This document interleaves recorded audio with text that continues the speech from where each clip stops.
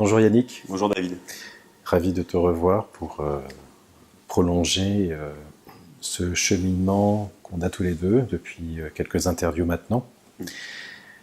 Et on ne pouvait pas manquer un sujet ô combien important, qui est le sujet du questionnement sur la vie et la mort. Oui. Et la première fois que je me suis posé ces questions, Yannick, c'est quand j'ai lu un article qui formulait les choses ainsi. Il disait que les Occidentaux, moins maintenant, mais étaient plutôt conditionnés à opposer la vie à la mort. Et que dans la tradition non dualiste de l'Orient, en fait, c'était la naissance qui était opposée à la mort. Et ça m'a beaucoup interrogé quand j'étais adolescent. Et je me suis rendu compte, finalement, qu'en effet, trouver des réponses à la mort, c'est sûrement, à mon avis, trouver des réponses à ce questionnement, quel est le lien entre la naissance et la mort. Voilà, c'est comme ça que j'ai commencé ma recherche intérieure, en essayant de me questionner sur moi-même, sur ma propre finitude. Voilà. Et rapidement, il y a un proverbe que j'aime beaucoup qui dit que la vie est comparable à un miroir. Si tu souris au miroir, le miroir te sourit. Et je me suis dit que notre profondeur et notre réconciliation avec la mort est proportionnelle à notre maturité intérieure, liée finalement aux grandes questions métaphysiques qu'on échange tous les deux depuis quelques interviews, qui sont fondamentales, parce que si on ne sait pas d'où on vient, qui on est, où on va, comment peut-on prétendre à vouloir, participer à un changement de paradigme qui va vers ce qu'on appelle le meilleur, du potentiel qui est l'être humain, qui est pour moi formidable, dans le sens qu'il est capable du pire et du meilleur. Et le meilleur du meilleur est pour moi cette question fondamentale, finalement. Le secret de la mort ne serait pas ce secret qui est qui je suis et quel est le sens de ma vie. Et que répondre à cette question pourrait déjà être une première approche d'apprivoisement de la mort, puisque la mort n'est pas la réponse en elle-même, c'est notre méconnaissance de la vie qui rend peut-être étrangère cette mort-là qui nous attend. Exactement. C'est effectivement, comme tu l'as bien expliqué, la mort n'est pas l'opposé à la vie. C'est-à-dire qu'en fait, ce serait plutôt la naissance qui serait l'opposition à la mort, à mourir. Parce que les deux sont associés à la vie. La naissance jusqu'à la mort. L'ensemble fait ce qu'on appelle la vie. Ce que je sais, c'est que la mort viendra. Et c'est marrant parce que c'est la seule vérité vraie, à 100% universelle. C'est ça. Alors j'ai compris qu'à travers ce raisonnement, que c'est marrant, la seule chose qu'on peut dire de vrai, c'est concernant la mort. Et c'est là, en prolongeant ce que tu dis, Yannick, en fait, oui, quand je te parlais du miroir, en fait, ce miroir est proportionnel, c'est-à-dire qu'il donne une image déformante en fonction de notre maturité intérieure. Quand je parle de maturité intérieure, c'est finalement la question de cette nécessité vitale du qui suis-je. Voilà. Et le qui suis-je fait intervenir le rapport de cette nécessité également vitale de s'auto-questionner. Et l'auto-questionnement, cette deuxième question est venue vite entraînée par la première approche, qui est mon approche hindouiste ou védiste du védisme a une définition que si le mental meurt, la conscience apparaît. Donc je me suis interrogé sur cette question. Finalement, quand apparaît la conscience quand l'embryon se forme. Et je me suis dit,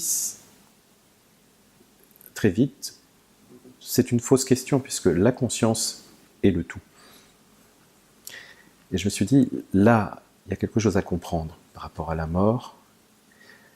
C'est que ce miroir déformant, c'est quoi? C'est tout simplement que qui a peur de mourir en soi? Qui a peur de mourir en soi? Est-ce que j'ai peur de mourir? Fondamentalement, si on est conscience, on n'a pas à avoir peur de la mort, puisqu'on est conscience. Puisque la conscience englobe le début et la fin. Elle est infinie. Donc, qui a peur de mourir? Et en fait, mais qui a peur de mourir? C'est tout simplement mes propres finitudes, construites par mon mental.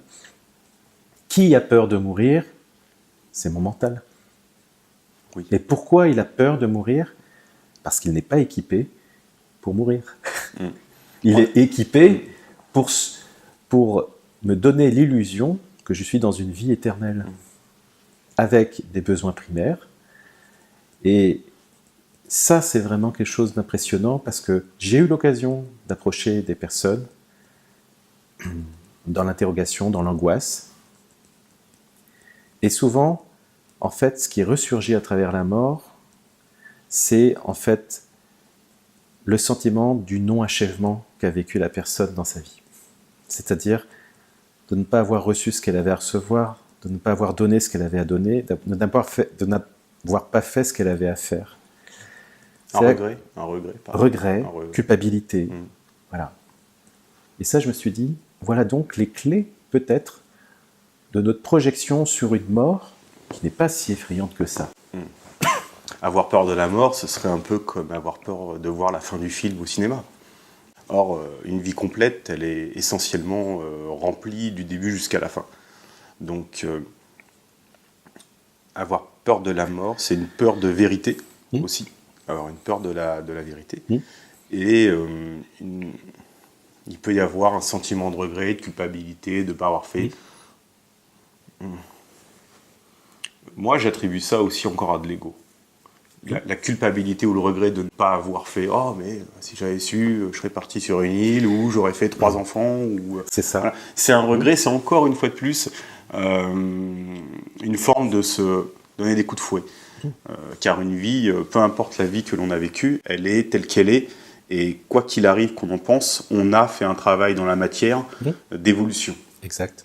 Et c'est ce travail dans la matière, quel que soit son passé, qui fait que pour évoluer dans cette dualité, puisqu'on est polarité, il faut bien s'appuyer sur ce qu'on appelle du matériel qui est brut, dégrossissage de sa pierre brute, comme on dit. Et ce dégrossissage, c'est pas grâce à ton passé que je vais pouvoir progresser, c'est grâce à son passé personnel. Bien sûr. Et c'est là qu'on parle souvent de distorsion. Enfin, j'en parle, tu me diras si tu es d'accord, mais en fait, le piège, c'est que, pour moi, c'est un conditionnement de faire croire aux personnes que la mort est l'ennemi. Parce que, en se positionnant sur ce conditionnement que la mort est l'ennemi, on enferme les gens dans une forme de protection excessive, dans une forme de plaisir excessif, de consommation excessive, sans surtout ne pas se poser la question sur la mort. Et on vit un monde, si tu te rends compte, qui nous fait croire que nous sommes éternels. Chacun.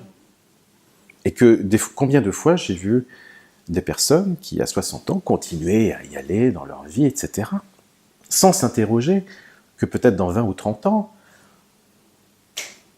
la lumière va s'éteindre. Mais qui s'éteint? Tu vois, c'est toujours cette même question. Qui a peur? Qui s'éteint? Est-ce que c'est le... Et qui s'éteint? On est d'accord que, regarde, qui s'éteint? À un moment, le corps organique s'éteint. Voilà. Donc, il est dans la finitude, donc, et comme nous faisons partie intégrante du cosmos, on va dire, pour aller pour dire simplement les choses, cosmos qui veut dire l'ensemble des choses, le tout. Donc on voit bien qu'on a déjà un rapport, que notre physique singulier est complètement lié au corps physique universel. Eh bien, ce corps, le mien, qui va se décomposer un jour, va rejoindre finalement le corps physique universel à travers peut-être des oiseaux qui vont venir me manger, des vers de terre, les atomes, etc. Donc ce corps ne va pas continuer. Pas sous cette forme-là, en tout cas. Et voilà, la question, c'est voilà. qu'est-ce qui reste, qui se prolonge d'une façon indirecte à travers l'histoire particulière, à travers l'histoire cosmique, etc. Et donc, je me suis dit, je me regarde dans la glace et je me dis, qui va mourir en moi et qui a peur? Assurément, la partie en moi qui a peur, c'est mon mental. Pourquoi a-t-il peur? On en parlera si tu veux. Je me dis, mais qu'est-ce qui demeure en fait? Je me dis, il est évident, dans toutes les traditions, on parle de la triade, corps, âme, esprit. En Inde, on parle du corps physique, du corps subtil et du corps causal. Et de même que le corps physique est intégré complètement au corps physique universel, le corps subtil, qui est l'âme, est incarné dans l'âme universelle, et le corps causal, qui est en Inde, on appelle ça le Brahman actif, qui est dans le Brahman actif, c'est tout ce grand mouvement de création, préservation, destruction, création, préservation, destruction, etc. Et en fait, Yannick, je crois vraiment que le miroir complice du visage qui regarde ce miroir, c'est l'âme. L'âme, c'est finalement la rencontre entre le soi profond qui expérimente quelque chose et nos émotions et la cogitation de notre mental. Et c'est là qu'est la partie pour moi du levier le plus fragile, mais le plus précieux, qui fait qu'on peut basculer de la peur à la confiance. Alors je te dis, c'est ma réflexion, puis on va voir où ça va nous mener. Alors, ce qui est intéressant, tu as précisé que dans cette société, on nous fait croire que notre ennemi est la mort, que la mort est quelque chose de diabolique, qu'il faut l'éviter à tout prix. Alors, évidemment, c'est pas non plus une nécessité d'y aller vers. Hein. On ne cherche pas non plus à mourir. Mais c'est assez pertinent de voir que l'humain a peur de la vérité, d'une vérité. Oui. C'est qu'en fait, là encore, c'est une représentation extérieure. On peut regarder cet ensemble et de voir que vraiment la vérité fait peur, que la réalité fait peur, parce que si c'est une vérité, c'est la plus grande des vérités. Comme on l'a expliqué tout à l'heure, c'est inéluctable, c'est quelque chose qui arrivera. Alors qu'on peut s'imaginer avec une belle maison, 3-4 enfants, ce que l'on veut, quoi qu'il arrivera, la mort arrivera. Et ça, le mental, c'est ce qui lui fait le plus peur. Bien sûr. Pourquoi ? Parce que même si c'est rentré dans les mœurs et c'est rentré dans le conditionnement, il y a toujours une cause initiale à ceci. Intérieurement, pourquoi est-ce qu'on refuse, on n'admet pas notre propre mort?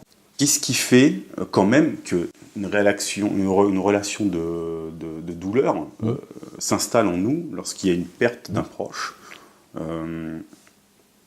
ou lorsque l'on pense nous-mêmes à notre propre mort? Qu'est-ce qui fait? Qu'est-ce qui vient? Quelle est la cause première?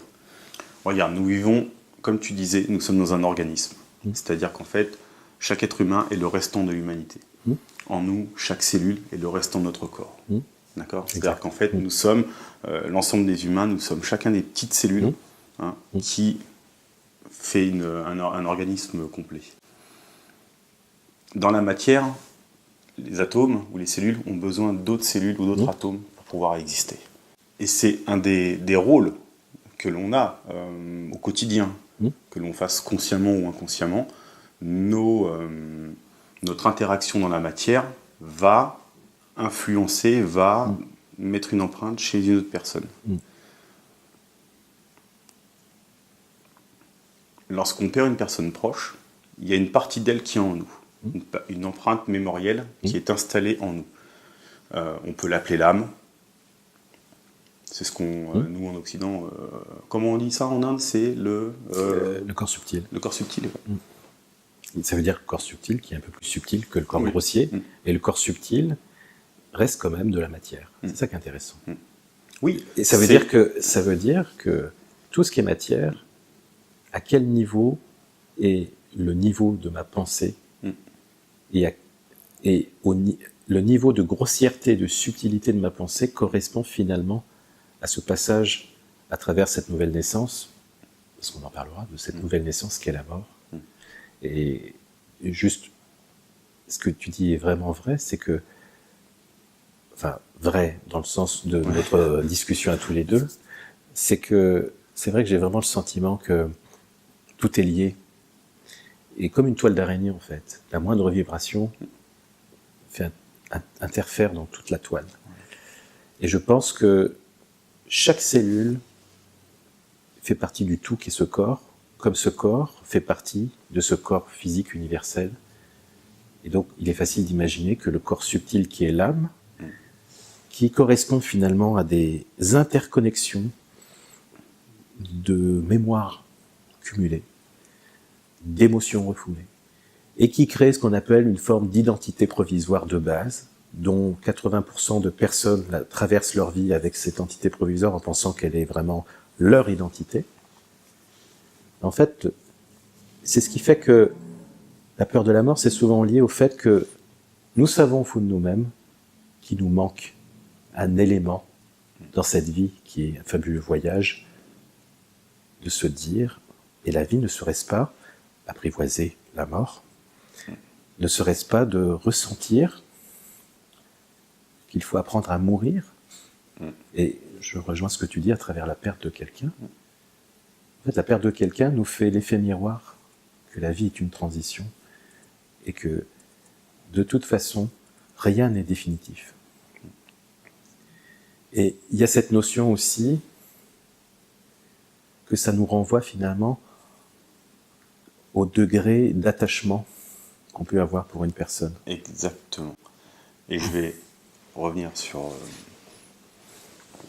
ce sujet. Lorsqu'on perd une personne proche, pourquoi c'est d'autant plus douloureux? Parce que l'attachement à l'image de cette personne, qui a pu nous apprendre beaucoup de choses, ça peut être un père, une mère, un enfant, un voisin, le meilleur ami. On a passé du temps ensemble, donc on a beaucoup appris à travers cette personne. Et donc cette douleur, c'est la disparition dans l'instant présent et dans l'avenir de cette personne qui ne sera plus là pour continuer cet apprentissage intérieur. Parce que la personne qui est décédée, elle n'est plus en souffrance, il n'y a plus de réflexion.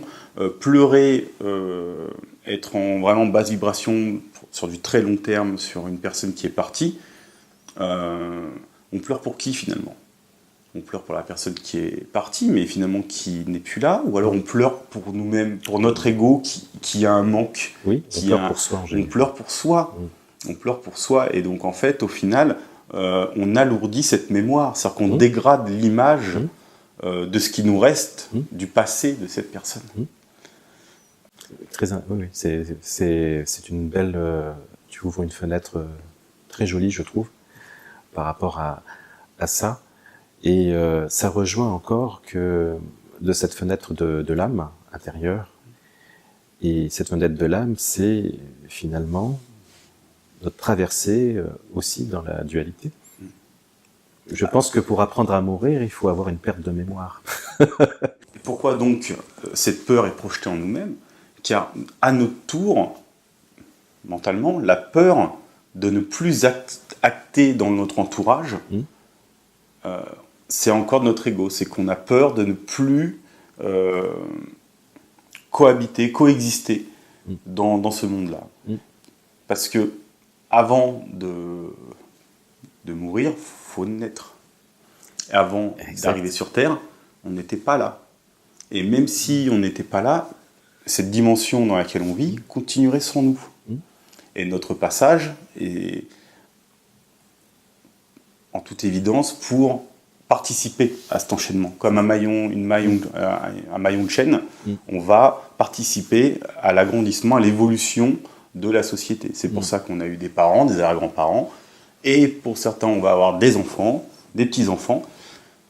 Et là, ce n'est que génétique, c'est que organique. Mais à travers nos actions, alors pas les pensées style loi de l'attraction, on attire ce que l'on est, ou tout ça, mais à travers nos pensées de mouvement, de notre comportement et de notre manifestation physique dans cette réalité, on fait évoluer les choses, on les fait évoluer, on les fait grandir. Quoi qu'il arrive, c'est de la progression. Même si parfois il y a un peu de... On peut penser à de la régression ou des choses qui ne sont pas justes dans ce monde. Cependant, il faut de l'erreur pour comprendre. Il faut des échecs pour réussir.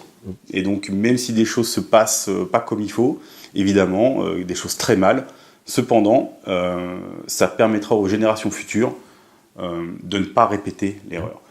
Malheureusement, on est tellement en ce moment, il y a beaucoup de cas de personnes un peu en possession de vieilles valeurs et de vieux conditionnements.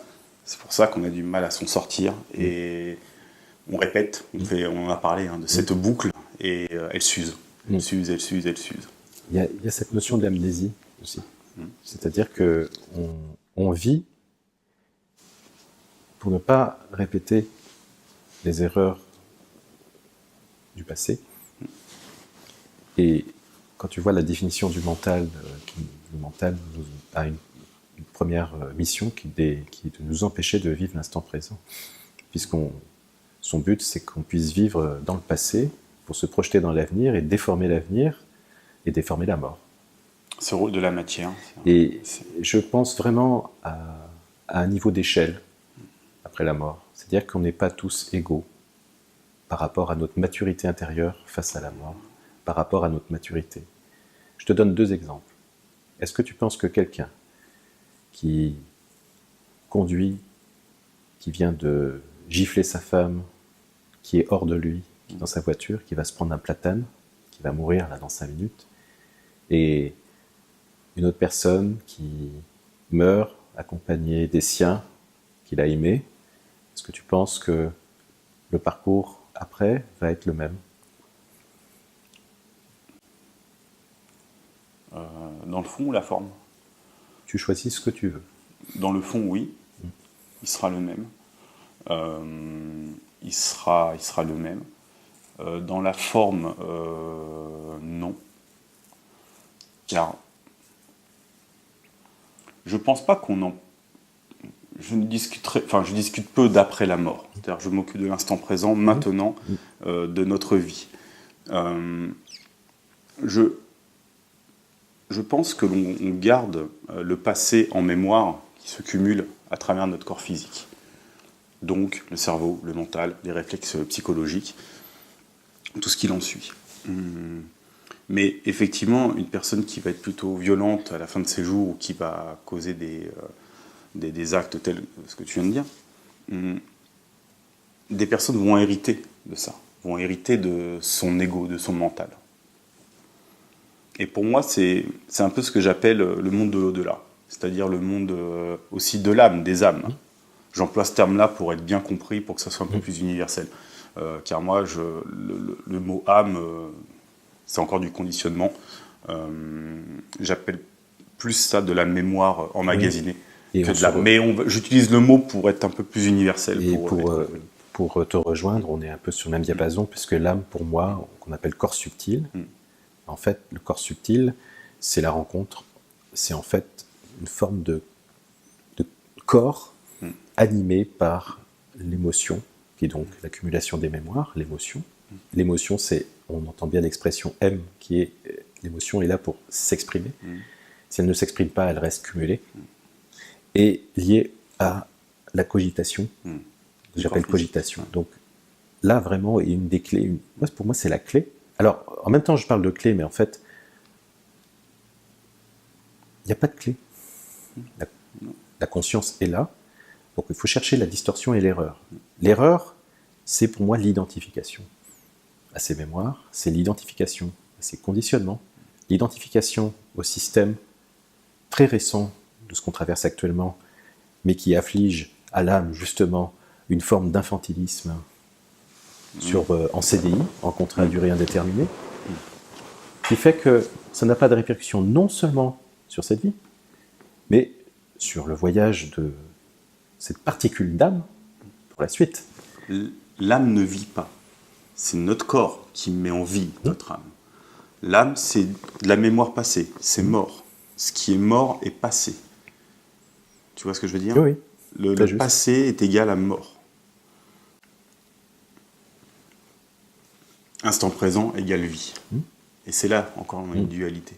C'est-à-dire que, évidemment, faire nos lacets, apprendre à faire un lacet ou la cuisine, c'est aussi un héritage de mémoire. Donc, c'est pas le but de remettre tout à zéro au niveau de la mémoire.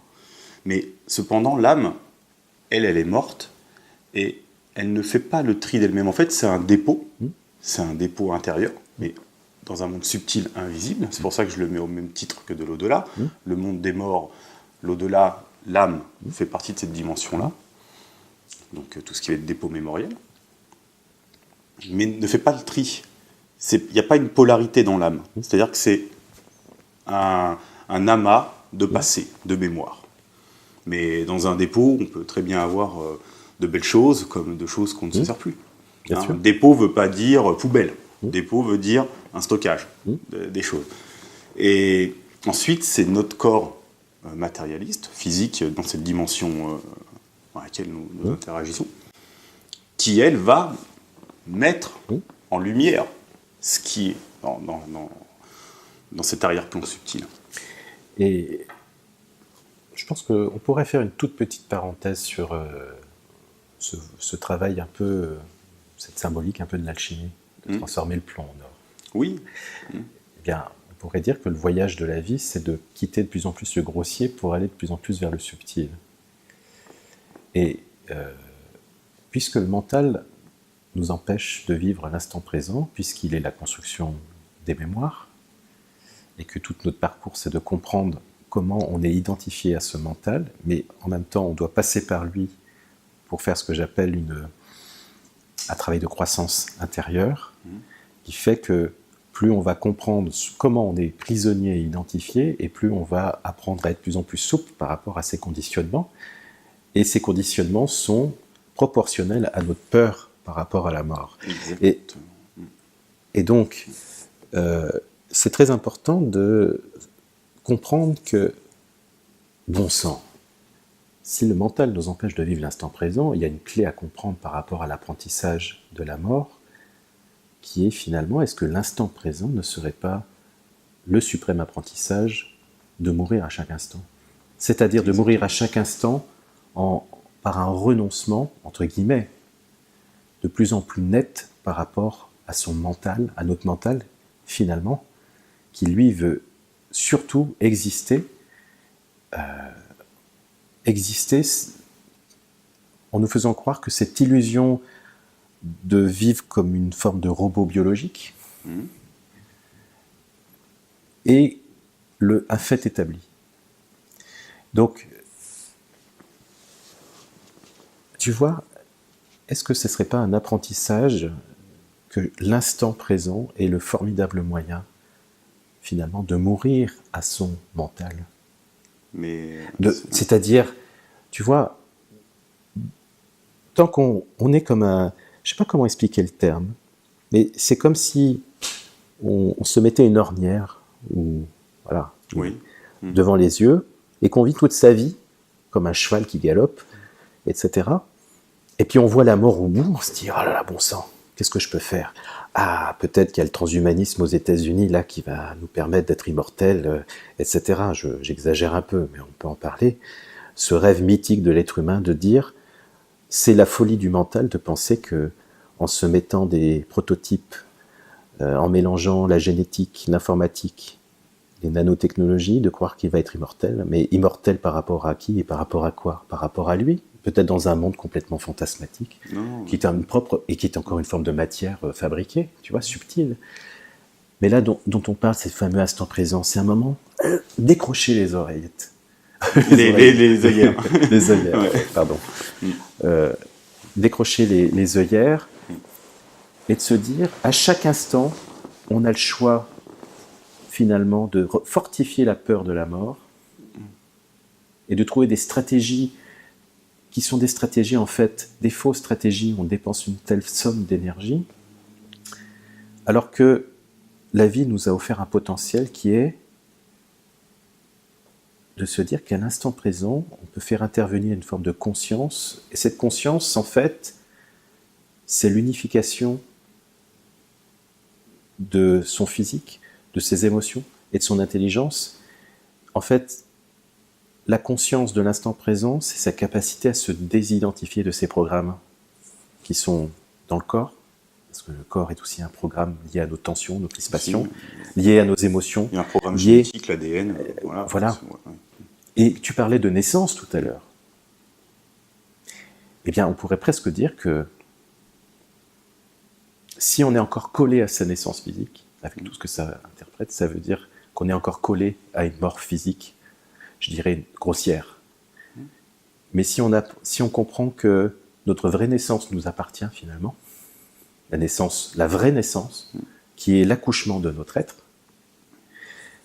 eh bien, de même, cet accouchement de notre être nous apprend à avoir un autre miroir de notre finitude, en nous montrant qu'en fait, il n'y a pas de finitude. Il y a une forme de traversée, d'évolution, qui n'aura jamais de fin, finalement. Et ça n'aura jamais de fin aussi. Enfin, oui, exactement. Et à travers ce que tu vas laisser comme empreinte dans la mémoire des autres. Oui. Et c'est oui. Tout comme on a des empreintes. Alors, bon, je vais prendre un terme, même si c'est pas mon habitude. On dit nous sommes poussière d'étoiles. Mais pourquoi? Car en fait, d'autres planètes sont mortes, ou des astéroïdes qui sont transformés en comètes ou en astéroïdes, qui sont mieux alimentés la planète Terre.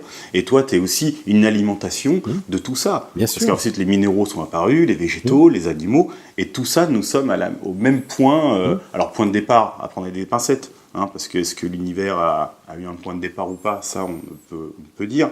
Mais tout ça, c'est renouvelé. Renouveler. Et quand tu dis il faut mourir chaque minute ou chaque seconde, de laisser derrière nous cette traînée mémorielle, parle de renaissance aussi. Donc chaque mort à une minute, nouvelle renaissance, mort, renaissance, mort, renaissance. Et cette mort-renaissance est proportionnelle au degré de conscience. C'est-à-dire qu'on peut être en mort-renaissance avec un degré d'amnésie. Mais on l'est toujours, enfin, du moment que l'être est en mesure de parler, de réfléchir, d'acter dans notre matière, il est vivant, il y a une conscience. Tout à l'heure, tu as dit le conditionnement, les croyances et la peur de la mort. Je pense, de mon point de vue, plus il y aura de cumul de croyances et de conditionnements, plus la peur de la mort se fera présente, car c'est une peur d'abandonner tout ça. Plus on va être attaché à nos croyances et à nos bagages, plus tu vas être attaché à ta valise, plus tu mettras de choses dans ta valise, plus elle te sera chère au fond de ton cœur. Tu voudras partir avec. Voilà.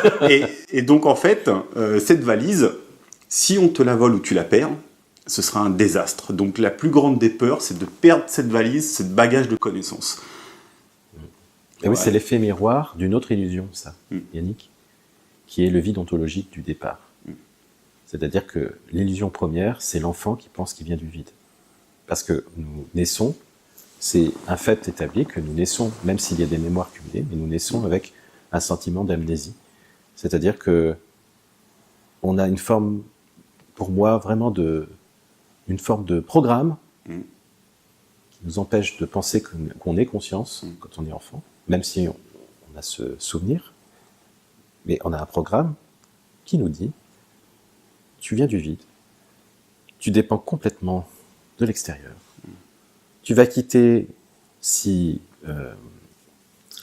la croissance de l'enfant dans le ventre de la mère s'est faite de façon normale, sans traumatisme, et l'enfant ne supporte pas de quitter le ventre de sa mère, il est protégé dans un tout. » Et bien cet enfant va se retrouver finalement, presque enchaîné, il est obligé d'aller de l'avant. Il ne peut pas revenir dans le ventre de sa mère, donc il est obligé de s'adapter. Il ne peut jamais revenir en arrière. Il est obligé de s'adapter avec cette illusion de croire qu'il vient du vide. Et en fait, ce vide est l'effet miroir de la peur de la mort. Parce que chaque être humain qui n'a pas travaillé sur cette notion de conscience, avec un grand C, pense qu'il faut absolument occuper ce vide pour éviter d'être angoissé. Mais en tant qu'organisme vivant, c'est un réflexe naturel d'avoir peur du vide. Bien sûr. Parce que même si on n'en prend pas conscience, mais on est entouré constamment de matière. Là, on a de l'oxygène, du CO2, même si ce gaz est invisible, on baigne dans de la matière. La matière, c'est pas que la table, c'est pas que du solide, c'est aussi à l'état gazeux ou liquide. Le corps humain, si je te mets dans l'espace sans combinaison, dans un vide absolu, ton organisme ne le supporte pas. La peur du vide est quelque chose aussi organique. C'est aussi quelque chose qui fait partie seulement. Voilà. Oui, bien sûr. Là, je parle le reflet de l'inconscient humain par rapport à son corps physique. C'est qu'il a besoin de matière. Il peut pas être dans le vide. Même si on sait que dans l'univers, on va pas faire d'astrophysique, mais le vide ou le néant n'est pas vraiment une valeur sûre. Ça n'existe pas vraiment. Il y a plein de particules, des atomes, des neutrinos, des photons qui se baladent dans le cosmos. Mais quand je parle de vide, c'est de plus être en forme atomique, enfin de matière. L'air, le gaz, l'oxygène, le CO2.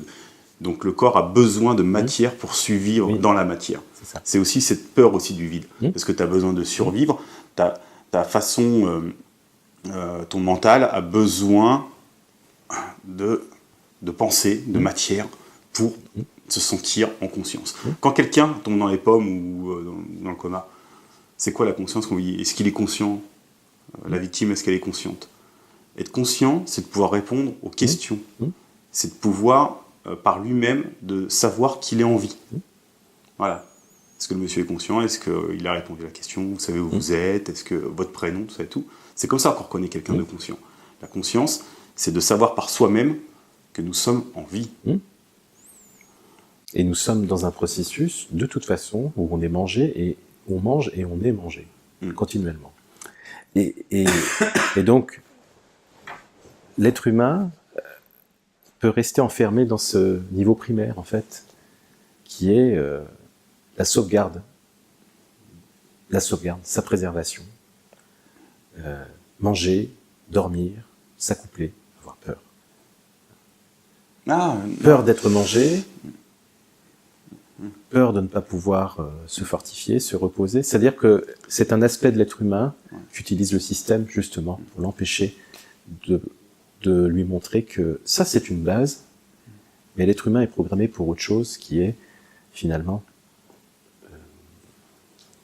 pouvoir s'élever intérieurement en s'affranchissant de plus en plus de cette identification à ses besoins primaires, même s'ils sont bien présents. Et je pense que la mort est le reflet de notre niveau de peur qu'on porte en soi. Je pense que la peur et la mort, et quand tu parles des croyances, on peut y rajouter à la peur la culpabilité, parce que si on n'est pas au niveau des croyances qu'on nous a forgées, on se sent coupable. C'est terrible, tu vois. Et on se rend compte que notre passé n'est pas aussi élevé, qu'on a besoin d'un sauveur externe pour arriver au paradis, etc. Tu te rends compte à quel degré on s'humilie, alors que je crois que les deux, face à ce miroir, il y a la peur, qui est liée finalement au cerveau limbique, tu vois, et par rapport aux croyances, la culpabilité. Voilà. Et puis, j'y mettrai, si tu veux bien, un troisième terme, qui est la notion de frustration, liée à ce système de consommation. Finalement, on vit dans une prison qui transforme l'être humain finalement en sous-espèce.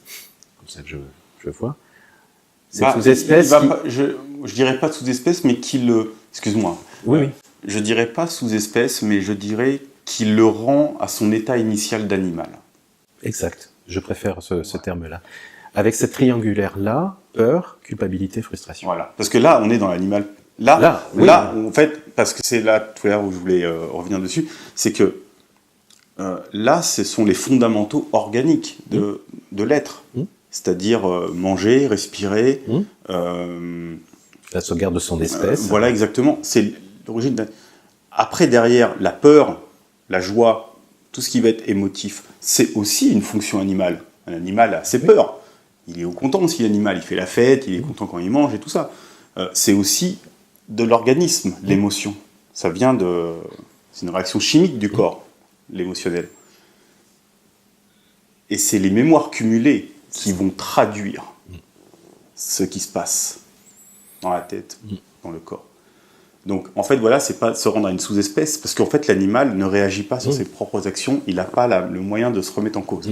C'est marrant, tu regardes un animal devant la glace, il se reconnaît pas. Jusqu'à pas se reconnaître devant une glace. Alors, certains, oui, au bout d'un moment, mais un chat, des fois, on peut voir, il passe devant une glace, il va renifler la glace, il va se demander, mais qui est ce personnage Il va même parfois sursauter.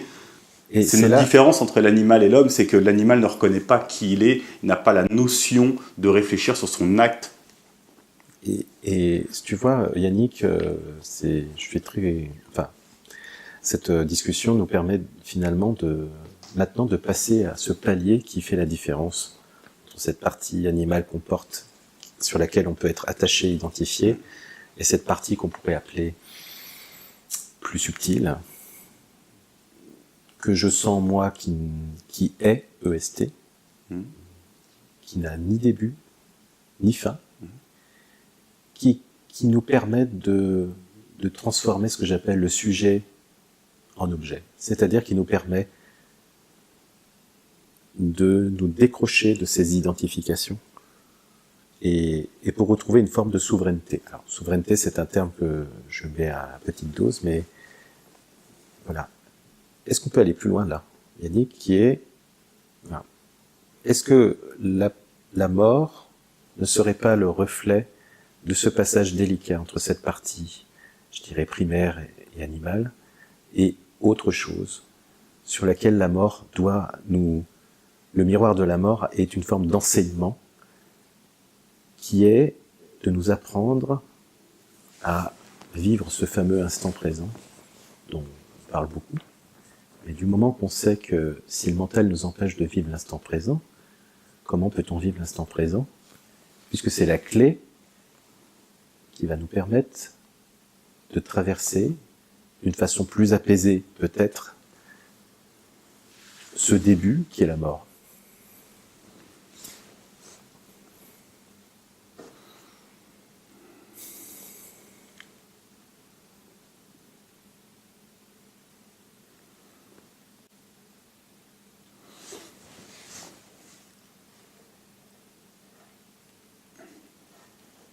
Évidemment, si on prend, si on résume un peu ce qu'on a dit, c'est la mémoire forme le corps, forme l'âme, forme le conditionnement va former notre état d'être, et les croyances et tout ce qui en suit, le passé. Lorsque l'on meurt, il n'y a plus d'activité de la pensée, donc il n'y a plus d'activité de l'ego, il n'y a plus d'activité du corps. Lorsque l'on dort, il y a très peu de pensées. Ça n'empêche pas que l'on puisse rêver. Donc, et sortir des informations que l'on ne peut pas reconnaître étant éveillé. Alors, pas des informations de choses un peu paranormales, mais des informations sur nous-mêmes, sur nos rêves, d'où le fait d'analyser nos rêves. C'est que ça permet, l'absence de mental permet aussi l'absence d'analyse. L'absence d'analyse, l'absence de mémoire de conditionnement permet de voir la réalité. C'est l'absence du côté binaire du mental. Et l'absence de la peur aussi. Exactement, oui. Ouais. Je trouve qu'on est arrivé dans notre résonance à vraiment quelque chose qui est vraiment qui me parle beaucoup. C'est pour ça que ça mérite qu'on aille jusqu'au bout de cette réflexion qui fait qu'on comprend bien que la mort est le miroir de notre ambiguïté en tant qu'humain. C'est-à-dire, quand on parlait du meilleur comme du pire, c'est-à-dire qu'on voit bien que la mort est le reflet de là où on en est dans nos identifications. Et que quelle est cette frontière délicate qui fait que on va tous mourir un jour? Et qu'est-ce qui fait que la mort, la conscience qui va la traverser va être différente? La conscience, je te parle en tant que conscience qui va être produite par un humain qui prend conscience que son premier travail est de désidentifier de son mental. Voilà. C'est-à-dire que quand je te dis que la mort est quelque chose qui est en face de chacun, mais sa perception est différente, peut être différente pour un être humain, pour un autre être humain, parce que chacun va être devant ses culpabilités, ses frustrations, ses peurs, par rapport à des tas de choses, par rapport à sa perception, comment il a vécu l'instant présent, comment il a su apprécier, finalement, de bien apprécier les instants heureux qu'il a pu traverser, sans vouloir être dans cette quête perpétuelle d'insatisfaction, parce que n'oublions pas que le mental est lié au désir, et que le désir, c'est la force cinétique du mental, qui nous entraîne dans une course sans fin d'insatisfaction, dont le système sait bien profiter. Le système qui nous dit « va acheter cette petite boîte verte, elle va te rendre heureux, en complétude ». Et les gens l'achètent, et puis ils l'achètent, et puis ils se retrouvent finalement dans un degré de satisfaction énorme pendant 10 secondes. Et après on leur dit « mais il y a une autre boîte encore plus loin qui est extraordinaire, vas-y ». En fait, on exploite le degré d'absolu que possède l'être humain, et on l'oriente vers un chemin de finitude. Ouais. Ce que je veux dire, c'est ce reflet de la mort, c'est cette notion, à quel degré je sers mon absolu, à quel degré je donne du sens à l'absolu qui me porte. Voilà. Et qui peut m'arracher ou me faire accoucher de ma finitude, de ma mesure, de ma limitation en tant qu'animal. Donc c'est ça que je voudrais qu'on puisse échanger, qui est quelle est cette frontière finalement qui fait que la perception de cette mort est complètement différente de quelqu'un qui resterait identifié à ses besoins primaires et quelqu'un qui prend conscience que la société de consommation peut l'orienter vers quelque chose qui va être dans l'insatisfaction permanente et la frustration. L'attachement. Et que les besoins primaires, c'est bien de pouvoir les assouvir, mais il y a une autre frontière, et cette vraie frontière qui est notre évolution. Évolution. Est-ce qu'on peut parler de métaphysique ? Oui. On peut en parler, Yannick. De l'évolution métaphysique qui est pour moi vraiment le fondement et l'objet même de notre vie. C'est les causes premières. Oui. Et je pense que la frontière dont on essaie de parler serait l'attachement. L'attachement au désir et l'attachement matérialiste. Parce que tout ça, ce n'est que matière. Que ça soit de la matière visible comme ce coussin ou de la pensée, de la croyance, c'est de la matière. Et on alimente, tout à l'heure je l'ai expliqué, on alimente la matière par de la matière. Donc, qu'elle soit physique ou invisible, cette matière, que ce soit de la pensée, on veut alimenter nos pensées parce que ça nous réconforte. Car depuis tout petit, tout comme un doudou que nous avons, ça nous rassure, ça nous fait sentir en vie. Tu parlais de cette petite boîte verte, mais ce n'est vraiment qu'un petit pourcentage de la consommation, car se maquiller, se pouponner, se faire une belle coupe de cheveux, être élégant, ça reste encore une satisfaction personnelle. Mais pour soi-même, tu vois ce que je veux dire ? De se donner une importance à son physique. Ah, je veux la plus grande télé, je veux la plus grosse bagnole, je veux le plus gros piano, je veux la meilleure femme au monde, le meilleur mec. Qui sont des réactions. Et ça revient par ta petite boîte verte, c'est entretenir le désir. Et l'attachement à notre ego entretient notre désir. Cette frontière, je pense qu'il est au niveau de l'attachement. La mort, je parle de la mort psychologique, la stop. La stop. Alors, petite durée, parce qu'au bout d'un moment, tu vas avoir besoin de nourriture pour te nourrir. Tu as besoin, de temps en temps, de te sortir un peu de ton quotidien, te divertir aussi, écouter de la musique, aller au cinéma. Il y en a besoin, voilà. Mais quand tu arrives dans un silence absolu au niveau du mental, c'est-à-dire créer un système off. On coupe la machine, le disque dur, la mémoire, on coupe l'âme. Là, une forme d'énergie absolue vient vraiment nous transpercer.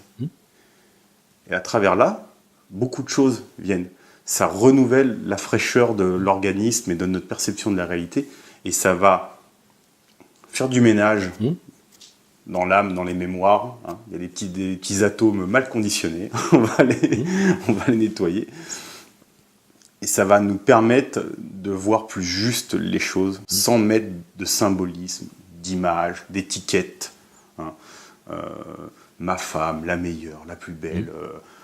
Tu vois, toutes ces petits détails qui n'ont aucune importance, mais que pour notre conditionnement et notre mémoire, va en avoir. Est-ce que ce serait, en réponse à ce que tu dis, est-ce qu'on pourrait parler de partir d'une forme d'égocentrisme qui est l'identification au corps physique, vers un cosmocentrisme qui est évidemment de se rendre compte que ce vide qui nous angoisse tant, qui est un vide ontologique, qui est une pure illusion finalement, du moment qu'on prend conscience que le vide n'est pas vide et que c'est la conscience qui est présente, nous permet finalement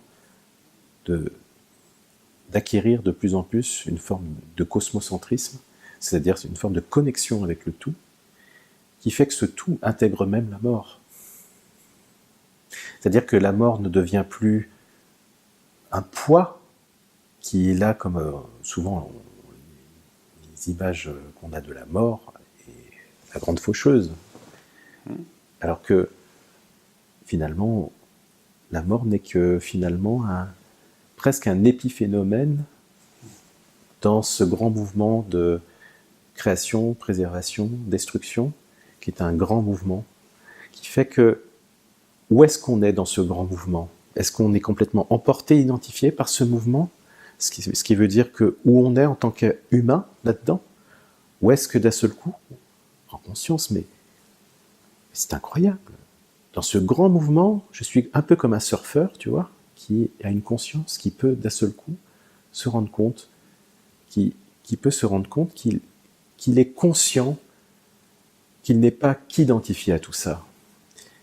Et s'il y avait une définition à l'être humain, tu vois, ce serait quelqu'un, c'est une définition un peu simpliste, c'est un surfeur qui est sur les vagues de tous les phénomènes de création, préservation, destruction. C'est d'arriver à trouver, par son propre passé, un travail en soi qui nous fait prendre conscience que c'est de quitter finalement toutes les identifications à toutes nos formes mentales, toute notre forme de tension physique, toutes les mémoires cumulées. Nous ne sommes pas les fils d'eux ou les filles d'eux. Nous sommes, je dirais, prendre conscience qu'à travers notre passé, on peut prendre conscience qu'on est conscience. Et c'est là qu'est finalement, face à la mort, si on lui fait la gueule, elle nous fait la gueule. Si on lui sourit, c'est une image un peu simple encore, mais si on lui sourit, elle nous sourit. Mais pas un sourire béat. C'est de prendre conscience que la mort est là, je l'intègre, elle est là. Et que du seul coup, ça fait peur au mental, parce que le mental est dans la finitude. Mais en même temps, le mental est prêt à être dans la reddition. Il n'est pas là pour nous pourrir la vie non plus. Il est là comme une forme d'instrument qui est devenu tout-puissant. Mais en fait, c'est un instrument où on doit retrouver sa dignité. Il n'est qu'un instrument à notre service. Et notre société nous fait croire que le mental est le roi. Eh bien non. Et plus on sera finalement à utiliser ce mental comme un outil de connaissance de soi et de son passé, et plus la mort nous semblera peut-être moins étrangère. En fait, la mort est notre meilleur ami.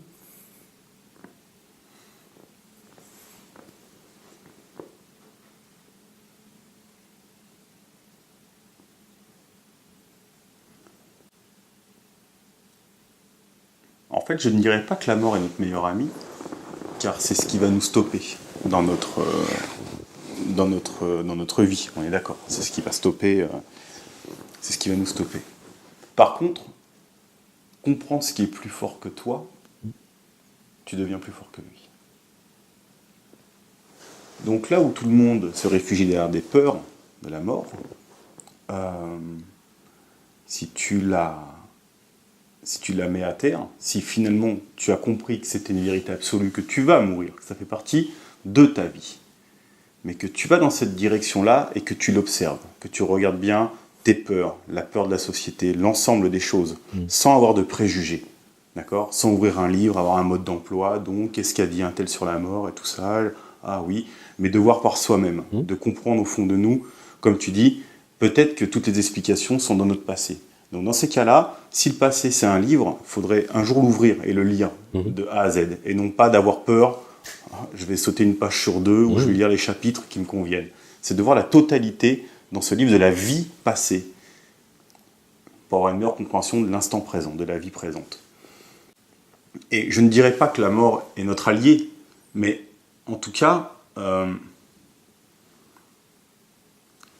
le fait de la dominer, de la surpasser, donc ne plus avoir de peur. Une personne qui fait de l'escalade, s'il ne surpasse pas sa peur du vide, il ne va pas grimper. Ben c'est pareil. La mort est là. Il y a des phénomènes dangereux pour le corps physique. Escalader aussi, ça peut être dangereux. Prendre l'avion peut être dangereux aussi. Mais si tu ne dépasses pas cette peur de la mort, c'est-à-dire si tu la prends pas en face à face, droit dans les yeux, et que tu aies une discussion avec elle, si elle te prend le dessus, là, tes peurs elle va t'attraper. Tandis que si la mort, tu as compris ce que c'est, mais vraiment au fond de toi, avec une recherche réelle, intérieure, vraiment, pas à travers les livres ou des récits d'autres, tu la domineras. Parce que la mort, comme tu dis, la perception est personnelle. C'est pas moi qui vais expliquer comment aux gens de regarder la mort. Ni toi, ni personne d'autre ne peut. C'est comme si j'expliquais aux personnes comment regarder la vie. C'est ridicule. Il faut que ce soit de toi-même, de l'observateur, vraiment.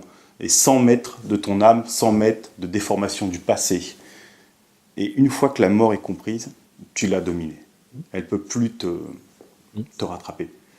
Tout à l'heure, on parlait de valise. Plus il y a de bagages, plus il y a de conditions, plus il y a de croyances. Si elle est lourde, tu vois, tu as peur de t'en séparer. Et ben pourtant, si tu la lâches, tu peux courir. Voilà. L'avantage, c'est de lâcher les croyances, les conditionnements et la mémoire te permet aussi d'être plus léger et de pouvoir acter plus vite dans ton déplacement.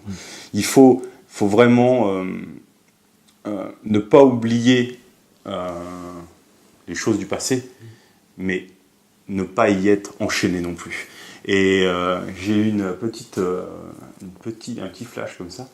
Je trouve, tu sais, on a un corps, c'est notre véhicule. On va la prendre comme une véhicule, une auto. Et j'ai l'impression que le conditionnement et les croyances, en fait, c'est un peu notre ceinture de sécurité, en fait. Oui. C'est un peu la ceinture de sécurité. On s'y attache pour se sentir en sécurité. Le problème, c'est que le jour où il faut sortir du véhicule, il faut la détacher. Et je pense que, voilà, il faut retirer un peu de sécurité pour se sentir un peu plus libre, pour pouvoir sortir du véhicule sans attendre que le véhicule soit foutu, en fait. C'est-à-dire que le véhicule est indispensable, mais avant que le moteur lâche, l'organisme, tu parlais de la mort organique, physique, avant que le moteur lâche ou le reste de la voiture lâche, le reste du véhicule lâche, il faudrait retirer un peu la ceinture de sécurité, de temps en temps, ouvrir la portière, sortir un peu de notre véhicule, notre ego, notre mental, faire un tour, et y revenir, c'est indispensable, parce que je ne pourrais jamais être dans le corps de David Bouquet, ni dans le corps de qui que ce soit d'autre. Mais voilà, c'est un peu la croyance, c'est un peu une ceinture de sécurité, mais qui est parfois trop bien attachée.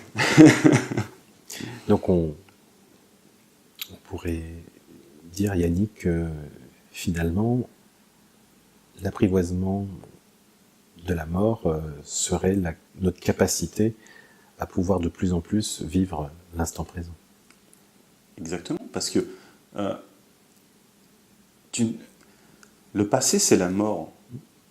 Si tu es que dans ton mental, dans ton passé, et vraiment ancré avec une âme très lourde, tu es déjà un pied dans la mort. Tu es déjà plus dans la mort que dans la vie.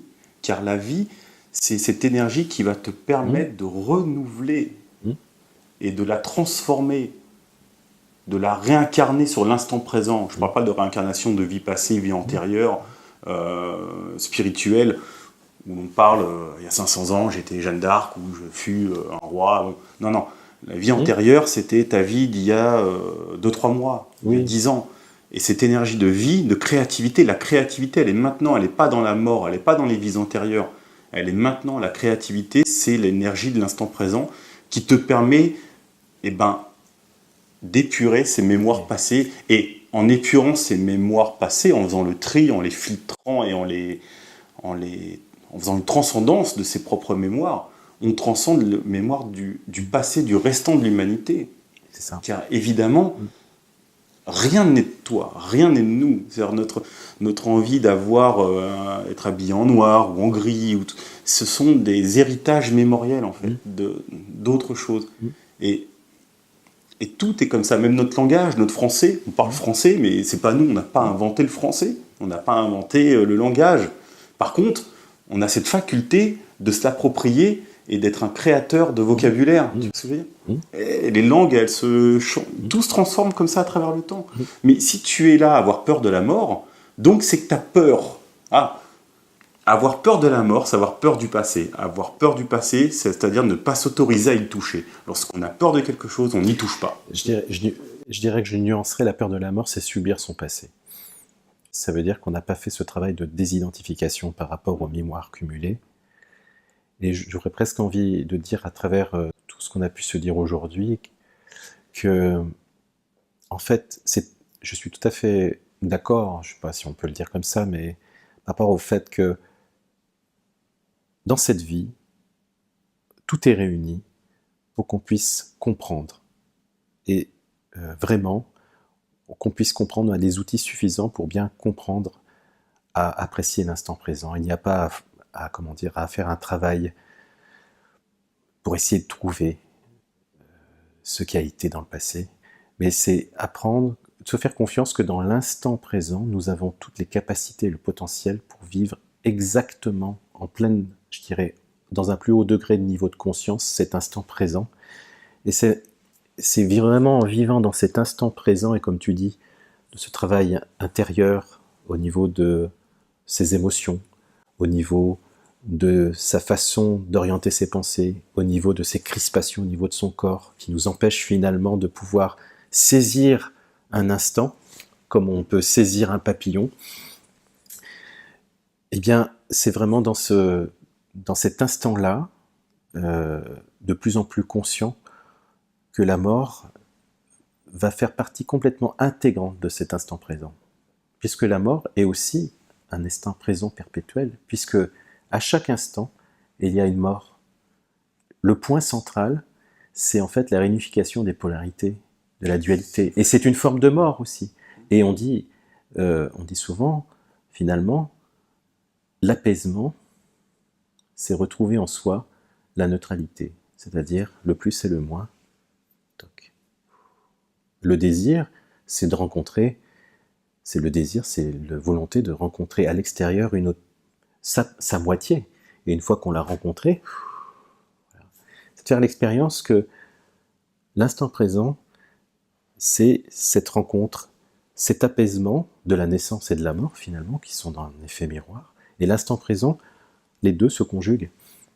Et à travers notre propre expérience, les deux se conjuguent, et on est complètement dans une forme presque de définition, je dirais presque subtile de l'humain, qui a finalement pour exercice, on peut dire ça comme ça, à réunifier la mort et la naissance en lui-même. On pourrait, si tu veux bien, je te laisse faire le mot de l'ouverture, puisqu'on n'a pas jamais fini ce sujet, mais on pourrait réfléchir au fait que dans l'instant présent est réunie la naissance et la mort.